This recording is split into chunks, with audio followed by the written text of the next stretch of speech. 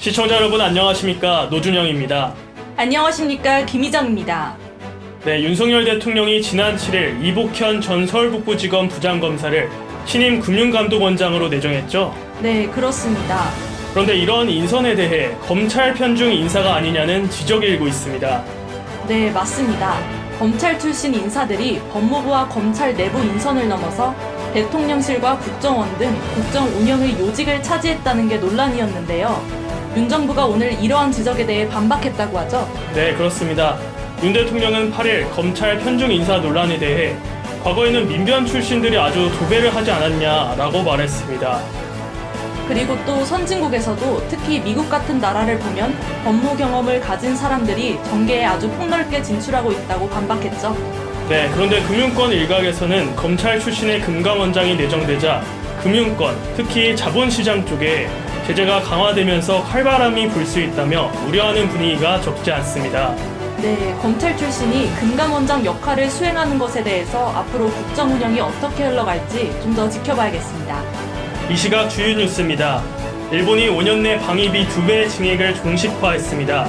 이렇게 되면 2027년엔 일본이 미국과 중국에 이어 세계 3위 군사 강국이 되며 동아시아 긴장이 고조될 거란 우려가 제기되고 있습니다. 화물연대가 7일 자정부터 무기한 총파업에 돌입한 가운데 윤석열 대통령이 불법 행위에 대해서는 법과 원칙에 따라 대응한다고 밝혔습니다. 대통령실은 화물연대 구성원들이 자영업자 신분이라 교섭 대상이 아니라고 선을 그으면서도 사태를 풀기 위한 대화에 나설 준비가 되어 있다고 전했습니다.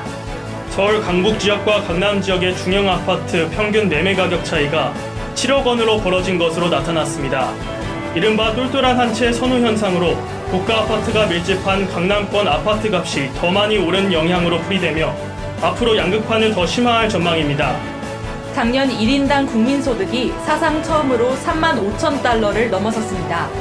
1인당 국민소득은 2년 연속 하락했으나 원달러 환율이 연평균 3% 떨어지고 경기가 회복되면서 3년 만에 반등한 것입니다. 빚더미에 앉은 한국전력이 3분기 전기요금 인상을 추진합니다. 한전이 올해 20조 원이 넘는 역대 최대 적자를 낼 것으로 예상되지만 서민 물가 부담이 커질 수 있어 정부의 고심이 깊어지는 상황입니다. KBS 프로그램 전국 노래자랑의 최고령 진행자 송혜 씨가 향년 95세의 나이로 별세했습니다. 올해 1월 건강 이상으로 병원에 입원했던 송혜 씨는 8일인 오늘 자택에서 숨을 거둔 것으로 전해졌습니다. 유명인의 성명 초상 등을 경제적 목적으로 무단 사용하지 못하도록 하는 부정경쟁 방지법 개정안이 시행됩니다. 이전까지는 정신적 피해 보상만 가능했으나 앞으로는 금지 조치 청구와 재산적 피해에 대한 손해배상 청구도 가능해졌습니다. 원숭이 두창이 8일 국내에서 제2급 감염병으로 지정됐습니다. 질병관리청은 원숭이 두창의 국내 유입 가능성이 커지면서 국내 발생 시 신속한 대응을 위해 2급 감염병으로 재분류했다고 밝혔습니다. 노준영 앵커님, 혹시 범죄도시2 보셨나요? 네, 정말 재밌게 봤습니다. 네, 마동석 손석구 주연의 영화 범죄도시2가 1000만 영화 등극을 앞두고 있다고 합니다. 네, 현재 누적 관객 수는 946만 명으로 주말에 1000만 관객을 돌파할 전망입니다.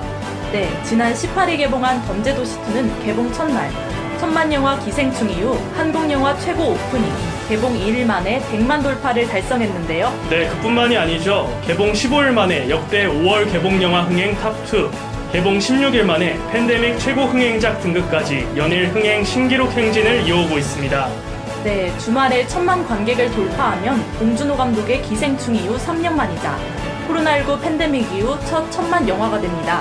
네, 엔데믹 시대를 맞이하는 첫 1000만 영화라 정말 감격스러운데요.